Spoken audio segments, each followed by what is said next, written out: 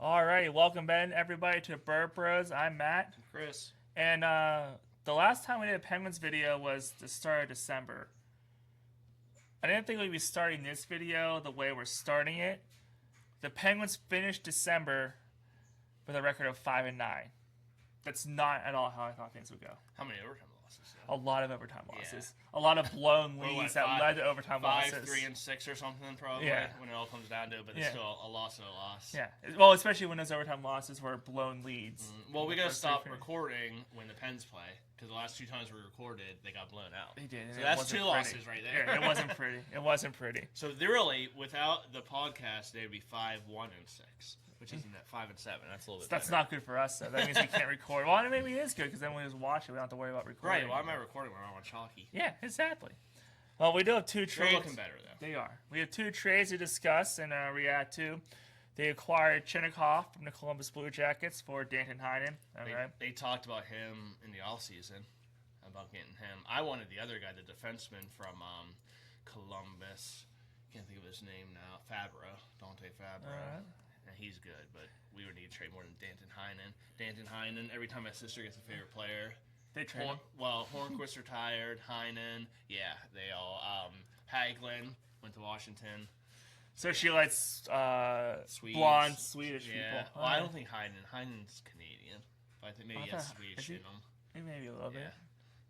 And then also today or yesterday, they acquired Igor Zamala from Philadelphia for Philip Tomasino. I think I've heard of him. I think he played when we played the Flyers. He's played, I think I saw he played 7 games so far this year for the Flyers. Tomasino, man. I was rooting for that guy. I thought he would have been like the next big. I was really excited, but no. Sometimes it doesn't work out. But it's safe to say, I don't think you're too excited about either trade. Second one is a depth piece. Yeah. He's probably our 7th to 8th defenseman, so I think he's just a minor league. That's true. Yeah, and then Chinnikov can be a star. I mean, he was drafted like 20th overall by Columbus. I think that all this was a change of scenery, help him. But I don't know where you put him because you got to put him in the top 6. So you're not breaking up Mantha, Gino, and Brazeau.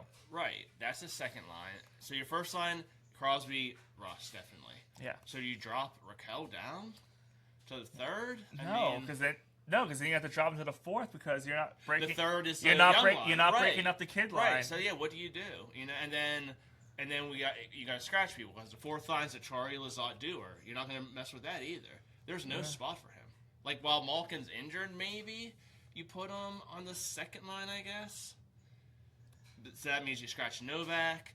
You scratch who else am I forget. There's someone else that I'm missing that you would scratch. Hayes gets scratched. Novak gets scratched.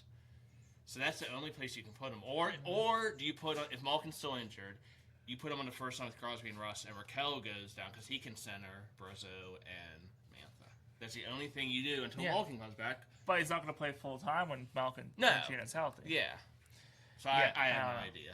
Yeah, because you're not. You cannot. Our best 2 lines are the bottom 6. When was the last time you heard our bottom 6 was this good? Well, actually, right before the X generation. Right. I mean, the third line's not our best, but I like the kid line of Koivunen and Kendall and McGroarty. Mm-hmm. I mean, McGroarty's a sandpaper. Koivunen's like just sneaky, but he has a lot of bad luck. I think he's gonna snap. If he can buy a goal, right.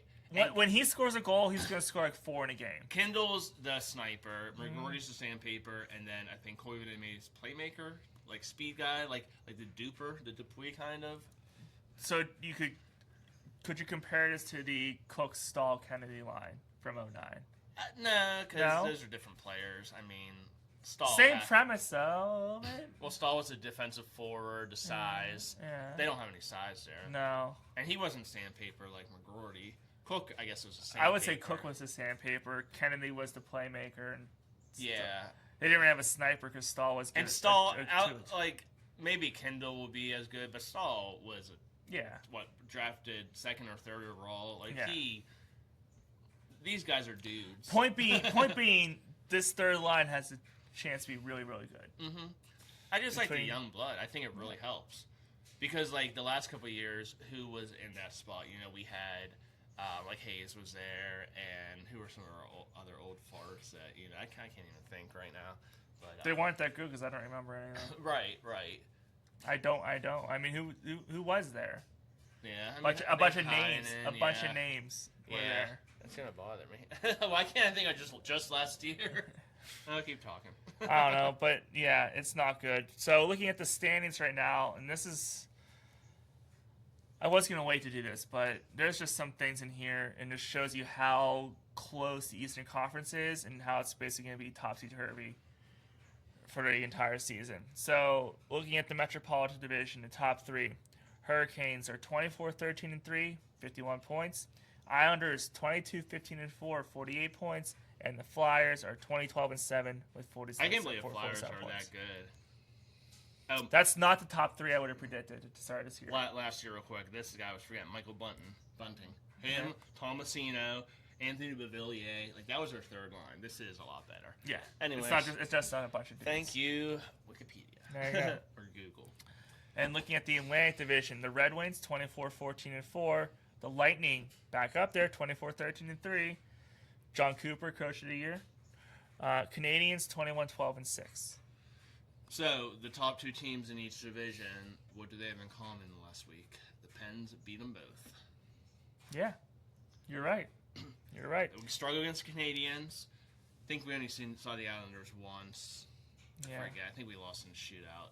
Islanders are good. Philly doesn't scare me. No.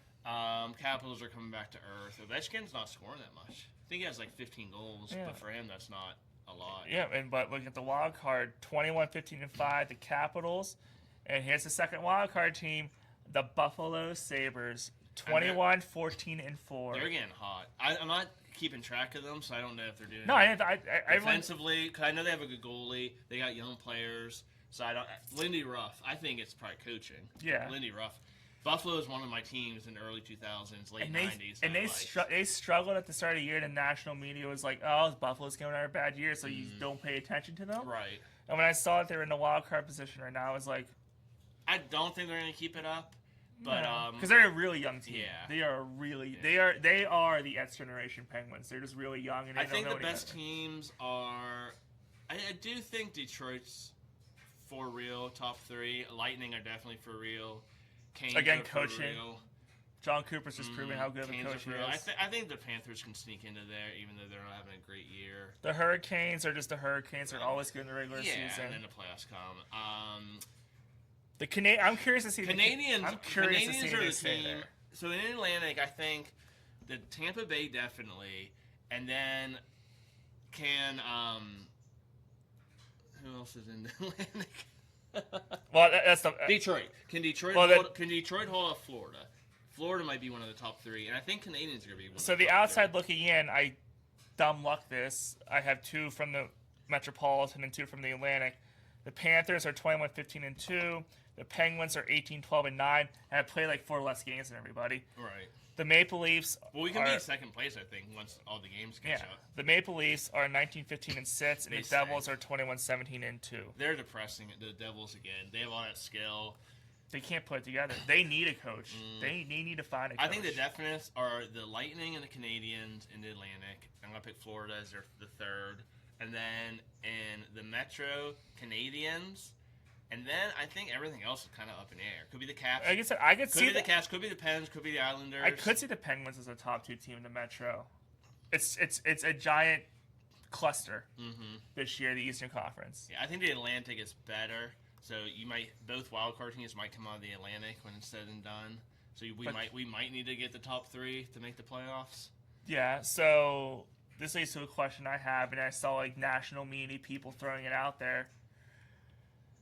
Brazeau and Mantha on the trade block, according to the national media. And I was like, that has to be just clickbait because they're in it.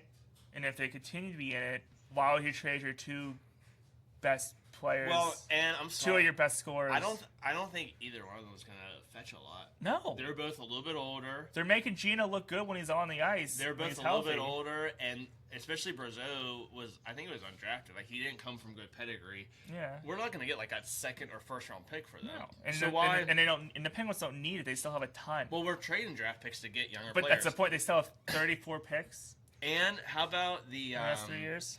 the minor our Wilkes-Barre Scranton Penguins are doing great. Mm-hmm. So Dubas, give him credit, build up our minor league system. He refilled the cabinet that Jim Rutherford destroyed. I think we have a year. I think we have enough young players. Maybe get a little younger defensively. That's the only spot. So is there anyone you would trade on the starting roster right now? On Not the draft starting picks. roster. Let's see. It's gonna be hard because I think they're gonna be fighting for the top 3 in the division all year. I still would if we I'm got, go- if we let got me- the right deal. I still would trade Carlson. Honestly, I'd probably agree with that because And he's having a good year. But Like, see, it's that's the not point. it's not because he sucks. It's just because I think he's older. He That's costs a lot. But that's my point. Every game, he still does a ton that drives you crazy. And I text you, and you're like, "Yeah, but that wasn't that big a deal." And I was like, "But I don't know. He still drives me crazy." He's So not if doing, but not as much. If you get the right deal, He's I always would trade he's him. always going to do that because he's an offensive defenseman. If you But get he the only right has deal, like I would 2 or trade 3 him. goals. Like our defense, our like leading defensive is like Ryan Shea. It's like our leading defensive Shea, scorer. we said it last time. Shea and Witherspoon. Yeah. So Is you your got best them. You defensive still got pairing. Letang. You can make room for Pickering. I guess Brunerick's in junior, so I guess he's not coming back. I believe. I guess they sent him. I didn't know they sent him back. I think they just want him to play every day, Right. and they've been playing what's his name more. If you get I can never remember his name. St. Ivany. Yes. So They're yeah, playing so St. if Ivany you get more. rid of Carlson, you have Dumba, Clifton, who I really like. Yeah. That's an not underrated St. Ivany. signing. Yeah, so if you got rid of Carlson, so I honestly like Montreal. You want to give us him for I don't know the roster. I mean, they wouldn't give us Cole Caulfield or anything, but like maybe A second round pick and a really good not player. a journeyman defenseman, but another defenseman And a second round pick. I would probably think about it. We would probably have to take some of his money. But, Yeah. Well, that's why Dubas can't trade him because of the money he's making. Right. But I think we have enough cap room that we can take some of it. Yeah. No one's making.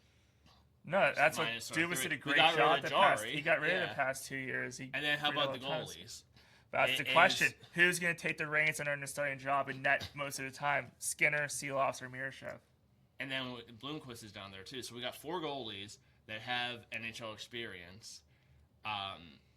You don't need 4 goalies, So No. one of them I think is going to be gone. Either Skinner plays a season, we don't resign him, or Skinner going to be Miroshov's backup in So the they future. try to trade Shelovs? And then Shelovs is gone. I don't know. Miroshov's the future. We know Miroshov's the future. Blomqvist struggled, even though he was supposed to be the future. But I'm worried if you get rid of him, just like Gustafsson from Minnesota, he'll go somewhere and shine. So I wouldn't give up on Blomqvist. So it's either don't sign Skinner next year, keep him this year, and don't have 4 goalies this year, and just don't re-sign Skinner. You want my prediction? Or trade Shelovs. My prediction is Shelovs will be gone. Okay, yours? Post Olympic break, Miroshov's the number 1. Okay, you think we're keeping all 4 goalies?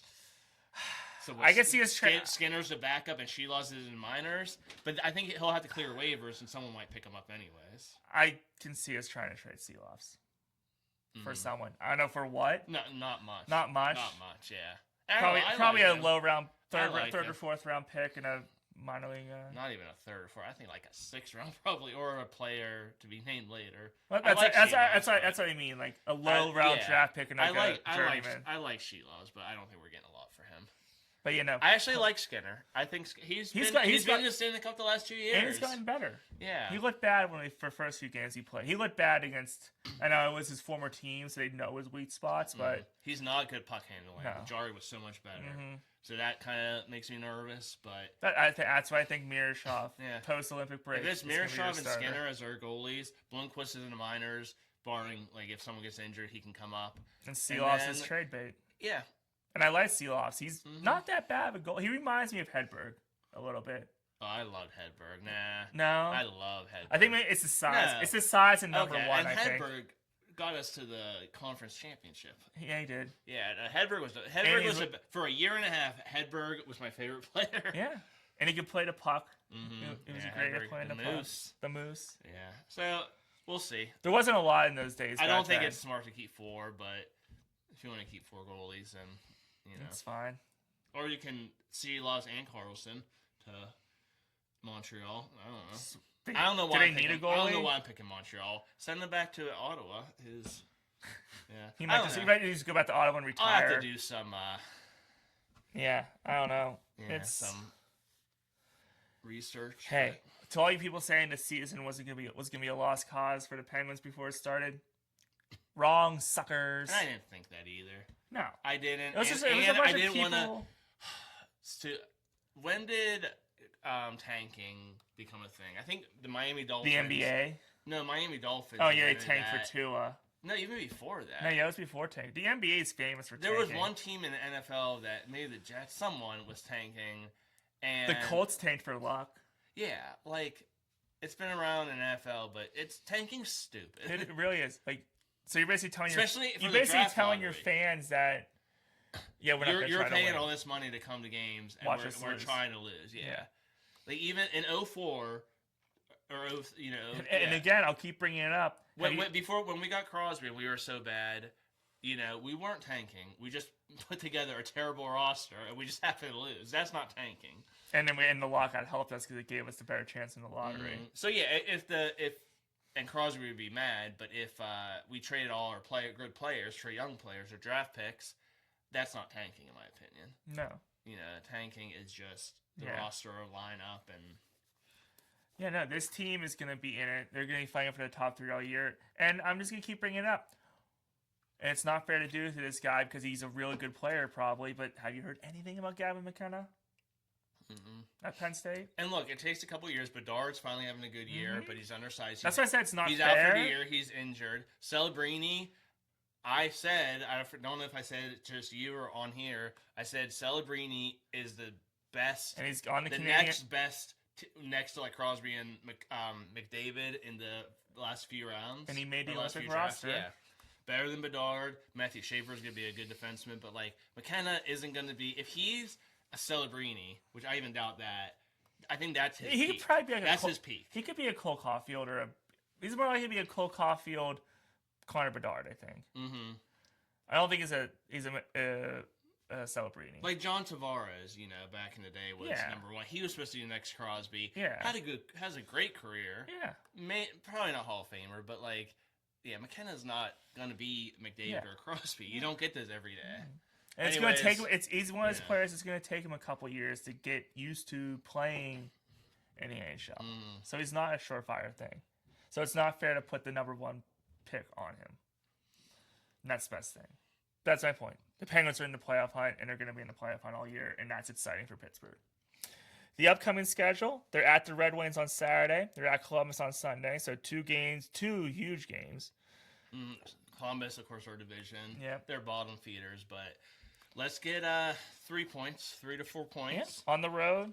And then they're back home against New Jersey on the 8th, Calgary on the 10th, and they travel to Boston on the 11th. Rest of the month, I think a lot of Metropolitan games, Capitals, Rangers. So we got to win those, and we got to win them in regulation. And remember, the Penguins still have 4 games in hand on everyone, so they need to take advantage. Well, like I said, I think Hurricanes are going to be a top 3. You want to take 2 points out of 2 points from the Capitals, from the Devils, Islanders, the teams we're fighting for. I want to get comfortably in the 2nd to 3rd place because my opinion is they're the 2 wild card teams. You want to be above the wild card. The 2 wild card teams are coming from Atlantic. That's going to be. You think? Yeah. I think they might come from the Metro. Just looking at the standings right now, yeah, I would say Metro. But I'm looking at the teams because like Florida, Toronto Yeah. aren't having great years, Yeah. but they're both good teams. Ottawa, Montreal, Detroit, Tampa, even Boston. That's 7 teams right there. Yeah. And I might be missing somebody. Yeah. That's like the whole Atlantic. Yeah. And Buffalo. Yeah. So I mean, every team in the Atlantic. I said right now, it could change. Yeah, every but team in right the Atlantic. now, I don't it think is Metro. in the Metro the Columbus is going to make any noise. I don't think the Rangers are going to make noise. No, yeah. So I think the Atlantic's back. Anyways. All right. Well, what do you think? Let us know in the comments. Are you starting to get even more excited for this Penguin season? Because we are. They're in it. I've always been excited. I mean, we're always been excited. If you listen to our podcast, we get most excited talking about the Penguins. That's what people say. And we know more about that. We know more about hockey. A lot of hockey, yeah. Yeah. So let us know what you think about this season. I'm Matt. I think that's Chris. Yep. This is Burr Bros. See you.